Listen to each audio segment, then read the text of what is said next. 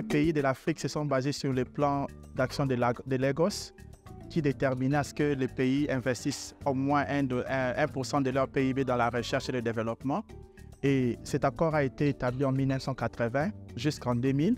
Et après cela, il y a eu plusieurs accords, notamment les ODD 9 et puis l'Afrique 2063, qui créait un cadre très bien établi pour augmenter les investissements et notamment en termes de recherche et développement.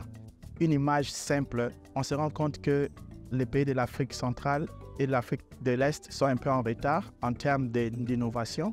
Mais quand on voit l'aspect dynamique, il y a un rattrapage qui s'est fait très rapidement. Donc, les pays de la région sont en train d'investir massivement dans la recherche et de l'innovation, mais les efforts doivent continuer. Parce que comme on avait déjà accumulé un retard en avant, il faut accélérer les efforts pour pouvoir rattraper les pays qui sont déjà en avant. Mais les rapports montrent clairement que les pays commencent à s'y mettre et on a regardé, il y a plusieurs pays qui commencent à établir des fonds d'investissement et des fonds de recherche et de développement. Nous croyons qu'au fur et à mesure, les pays pourront rattraper le retard qui a été accumulé à travers les années. Si on augmente l'investissement en recherche et en développement, juste les dépenses, l'impact sur l'innovation est à peu près de 40%. Donc 1% va induire à peu près 40%, ce qui est très énorme. La raison, c'est que comme l'investissement de base est trop petit, donc quand on fait des investissements, le retour est assez élevé.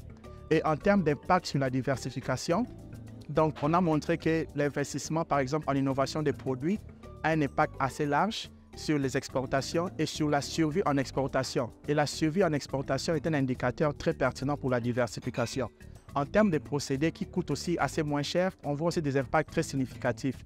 Donc, l'idée, c'est augmenter les recherches dans des domaines très spécifiques qui permettent aux pays d'innover et puis d'augmenter les exportations, souvent en termes de gamme. Parce que ce qu'on s'est rendu compte, c'est que beaucoup de pays exportent les produits dans des gammes très bas, alors qu'on a un très grand potentiel d'exporter dans des produits à gamme très élevée. Et pour cela, il y a un lien direct entre la recherche et le développement, l'innovation et puis la diversification. C'est qu'on appelle la diversification technologique, c'est-à-dire c'est une diversification qui permet aux entreprises et aux industries de produire des biens qui sont très élevés en termes de productivité et d'efficacité.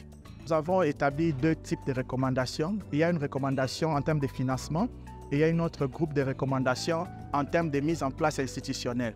En termes de financement, on a démontré plusieurs moyens d'augmenter les investissements et les financements. On a parlé de capital risque, on a parlé de capital d'investissement. Donc, on a développé plusieurs mécanismes pour pouvoir augmenter l'investissement et les dépenses en termes de recherche-développement.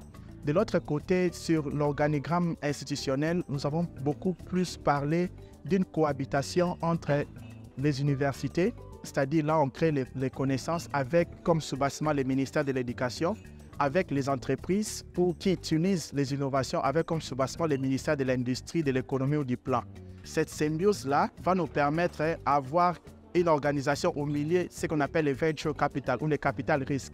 Le capital risque permet de créer un lien entre les entreprises et les universités pour pouvoir faire le matching entre les innovations et les gens qui utilisent l'innovation. Et en deçà de ça, il y a une plateforme, il y a des agences qui permettent la transmission des investissements et puis la transmission des connaissances. Il y a d'autres organisations qui vont s'occuper maintenant du suivi et de l'évaluation, mais aussi du mentoring. Parce qu'on s'est rendu compte que le mentoring, surtout avec les startups, permet à ce que les entreprises puissent survivre et puis innover à long terme. Donc, ces deux mécanismes, d'une manière financière et d'une manière institutionnelle, on espère bien permettront aux entreprises d'accélérer l'impact des dépenses en recherche et en développement sur l'innovation et sur la diversification.